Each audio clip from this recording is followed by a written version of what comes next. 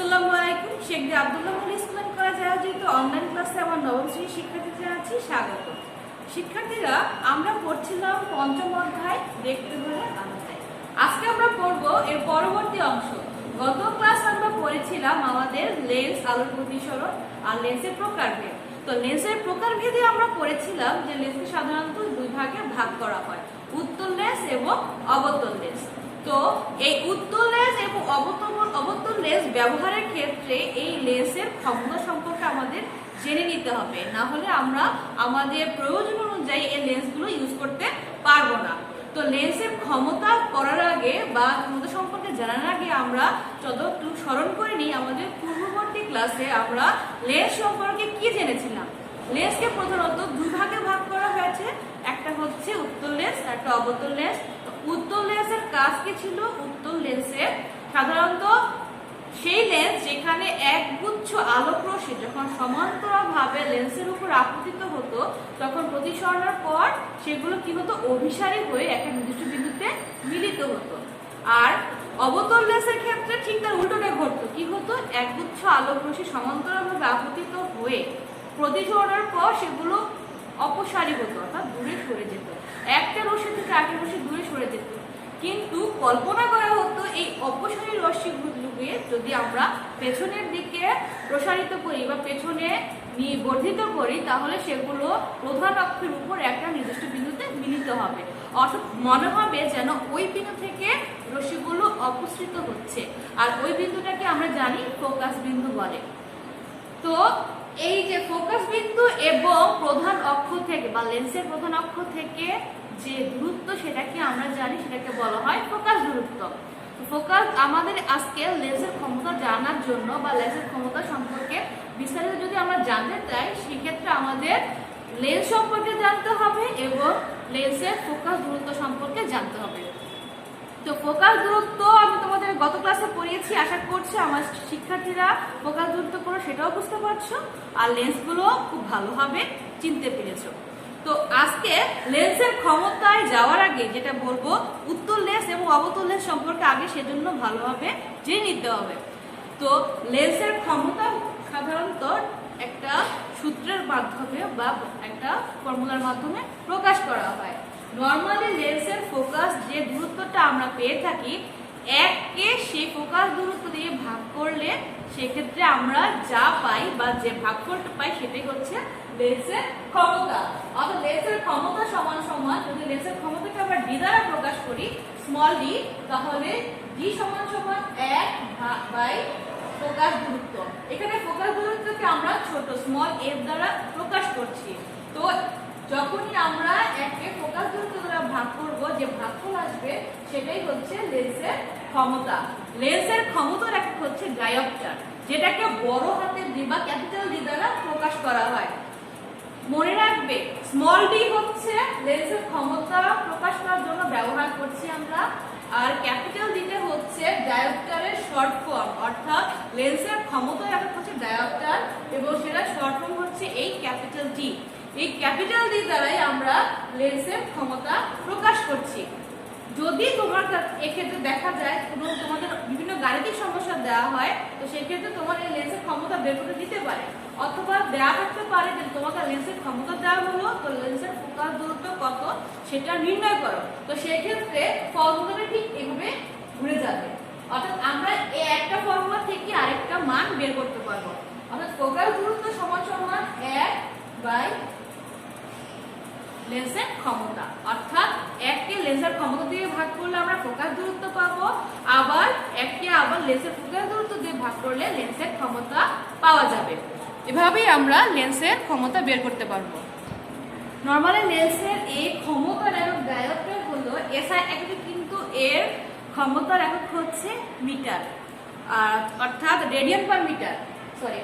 তো radian per metre হচ্ছে SI একক বা স্ট্যান্ডার্ড ইন্টারন্যাশনাল বা আন্তর্জাতিক একক হচ্ছে এর রেডিয়ান পার মিটার বা রেডিয়ান বাই মিটার। আর এর নরমালি আমরা যে এককটা ইউজ করি লেন্সের ক্ষমতার ক্ষেত্রে সেটা হচ্ছে ডায়োপ্টার, যেটাকে ডি দ্বারা প্রকাশ করা হয়, আর বাংলায় এভাবে লেখা যায় ডায়োপ্টার।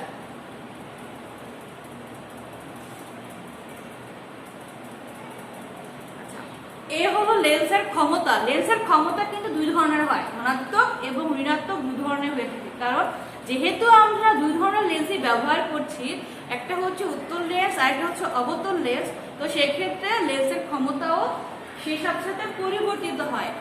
উদাহরণ হিসেবে তোমাদের দেখাচ্ছি, কখনো কখনো যদি কোনো লেন্সের ক্ষমতা প্রকাশ করা হয় +1 বি বা +1 ডায়োপ্টার, তাহলে বুঝতে হবে এই লেন্সটা হচ্ছে একটা উত্তল লেন্স।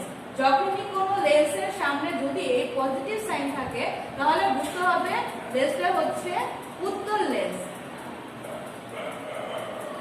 লেন্সটা হচ্ছে উত্তল লেন্স এবং এখানে যে মান দেওয়া থাকবে সেটা দ্বারা আমরা বুঝতে পারবো যে ফোকাস দূরত্ব, অর্থাৎ লেন্সের প্রধান অক্ষ থেকে এর মধ্যে ওই বস্তুর মধ্যবর্তী দূরত্ব কত।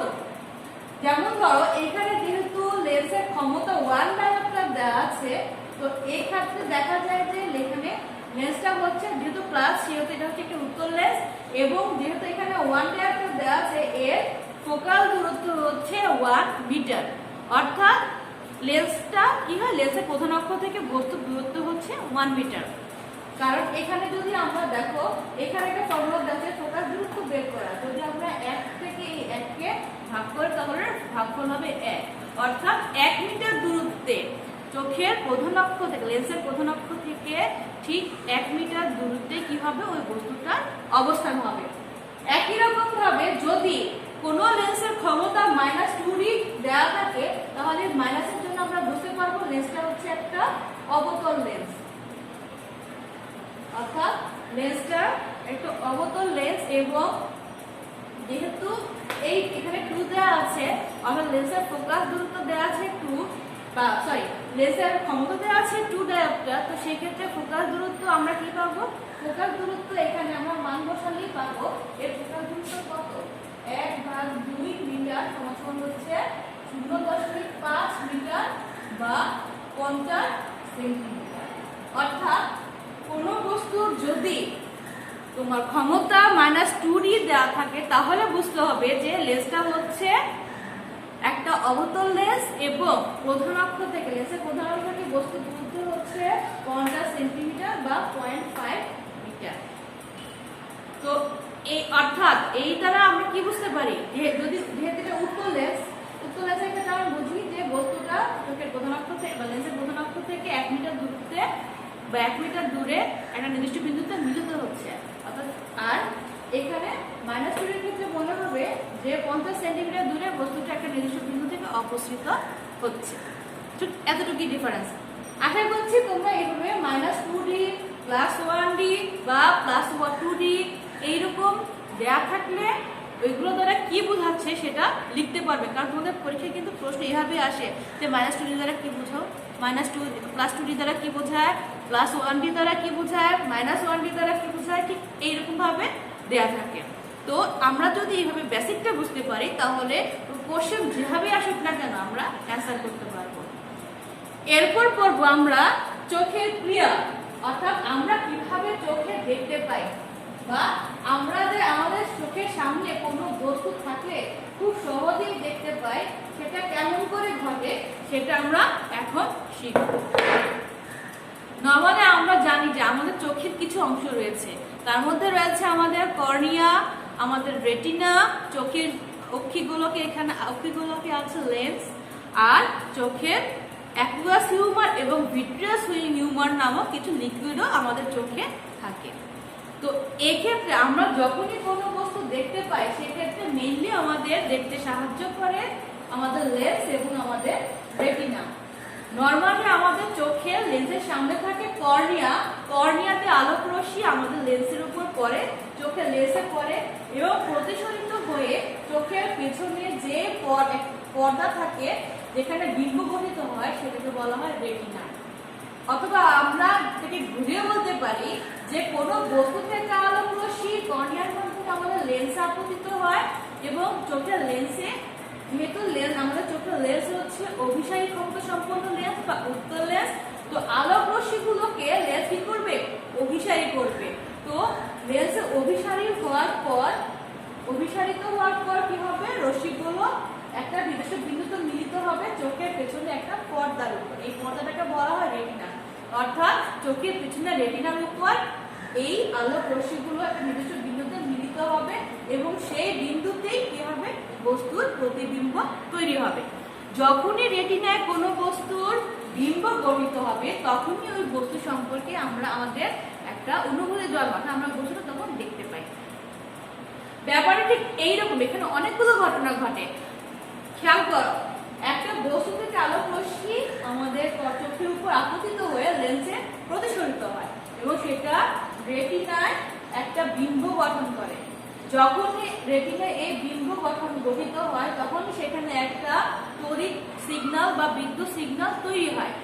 এই সিগন্যাল কি হয়, এখানে কিছু স্নায়ু আছে, এই স্নায়ু কোষগুলো এই সিগন্যালটাকে গ্রহণ করে এবং সেটাকে মস্তিষ্কে সিগন্যাল, তড়িৎ সিগন্যাল হিসেবে পাঠিয়ে দেয়।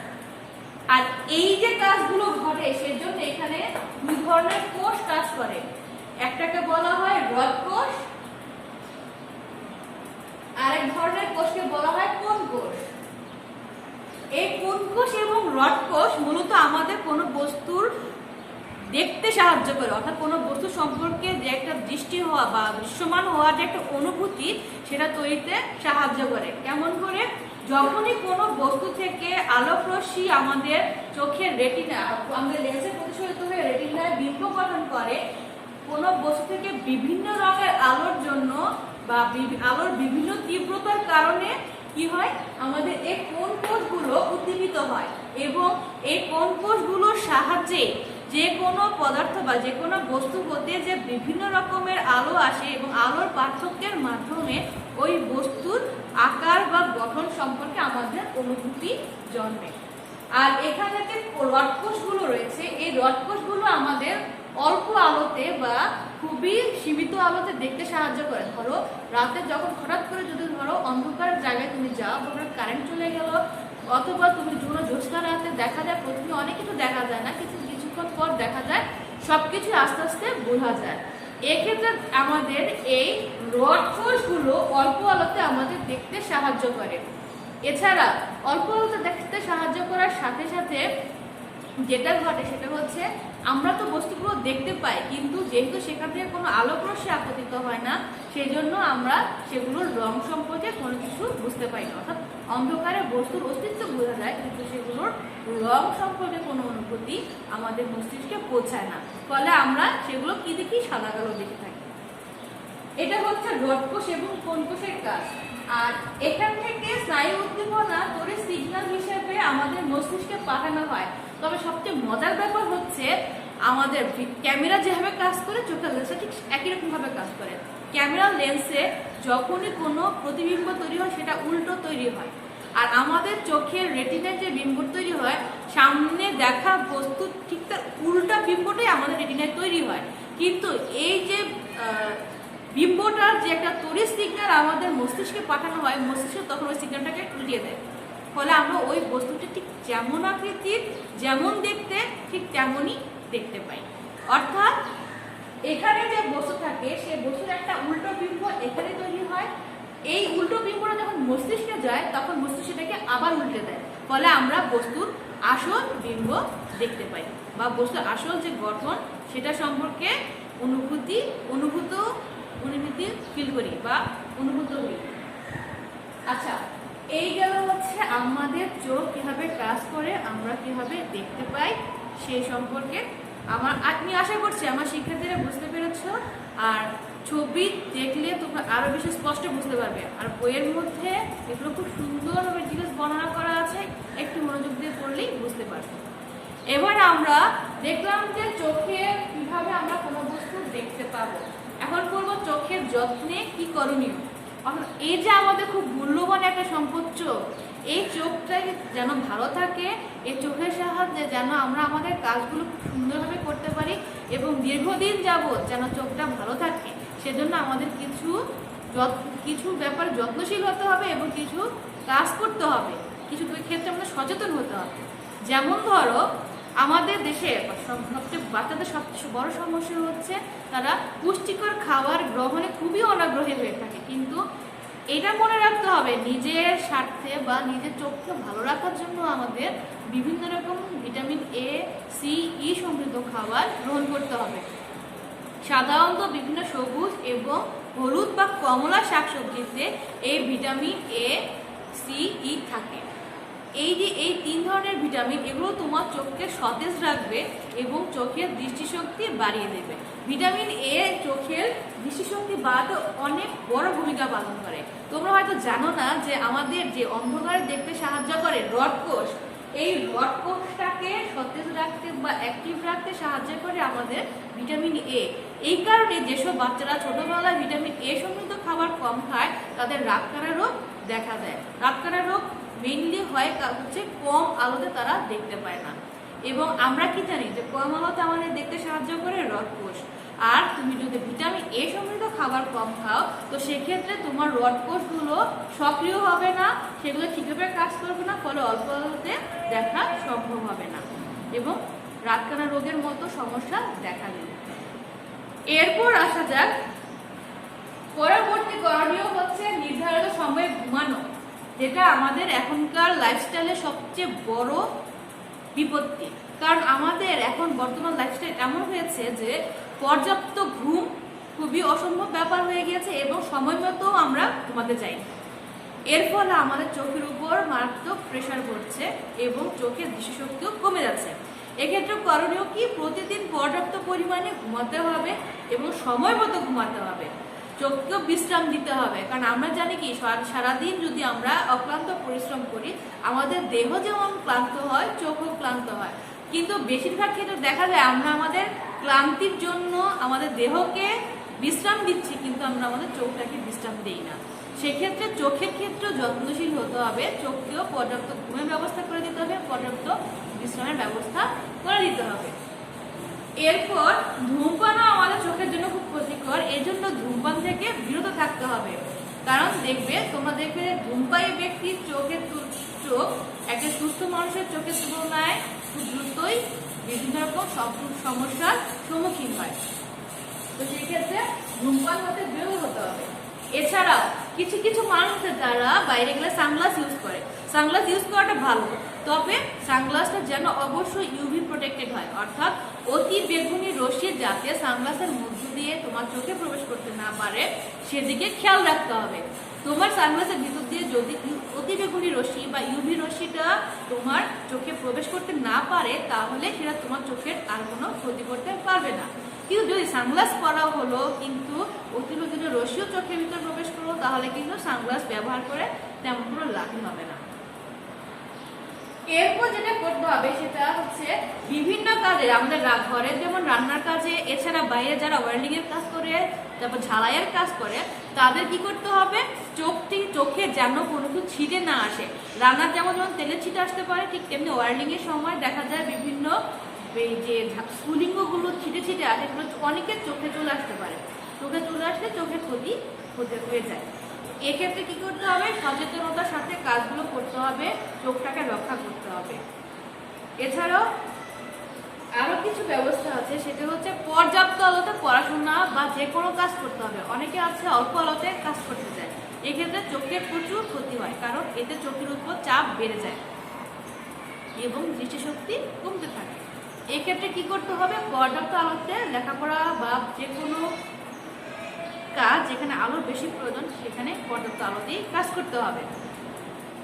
এছাড়াও কম্পিউটার বা টেলিভিশনে যারা কাজ করে, যারা কম্পিউটারে কাজ করে এবং টেলিভিশন দেখে দীর্ঘ সময় এগুলো ব্যবহার করা যাবে না, কারণ কম্পিউটার বা টেলিভিশন থেকে যে রশ্মিগুলো বের হয় সেগুলো আমাদের চোখের জন্য যথেষ্ট ক্ষতিকর এবং দীর্ঘ সময় যাবত যদি তোমার চোখ এই রশ্মিগুলো সহ্য করে তো আস্তে আস্তে দেখা যায় চোখের দৃষ্টিশক্তি কমে আসে এবং চোখে বিভিন্ন রকম ক্ষতিকর দিক দেখা যায়। আবার চোখের মধ্যে চোখের বিভিন্ন ত্রুটিগত সমস্যা দেখা যায়। তো এক্ষেত্রে কি করতে হবে, দীর্ঘ সময় যাবত কম্পিউটারও চালানো যাবে না, টিভি দেখা যাবে না। এক্ষেত্রে কি করতে হবে, নির্দিষ্ট সময় অনুযায়ী টিভি দেখতে হবে এবং কম্পিউটার ব্যবহার করতে হবে, তাহলেই আমাদের চোখ ভালো থাকবে। তো আশা করছি আমার শিক্ষার্থীরা তোমরা কিভাবে আমরা চোখের মাধ্যমে বিভিন্ন বস্তু দেখতে পাই, চোখের যে আমরা লেন্স ব্যবহার করছি সেগুলোর ক্ষমতা এবং চোখের যত্নে কি করণীয় সেগুলো সম্পর্কে ভালোভাবে জানতে পেরেছো, বুঝতে পেরেছো। বাসায় একটু চর্চা করলে তোমরা দেখবে এগুলো খুব সহজে তোমরা আত্মস্থ করতে পারবে। পরবর্তী ক্লাসে বা পরবর্তী আপনি যে ক্লাস নিব সেখানে চোখের কুড়ি সম্পর্কে আমরা আরও ডিটেলস জানতে পারবো। তো সেই পর্যন্ত সবাই ভালো থাকবে, আশা করছি আর কোনো সমস্যা হবে না। আজকে ক্লাসে যা করিয়েছি এগুলো তোমরা ঠিকভাবে বুঝতে পারবে। সবাই ভালো থাকবে। আসসালামু আলাইকুম।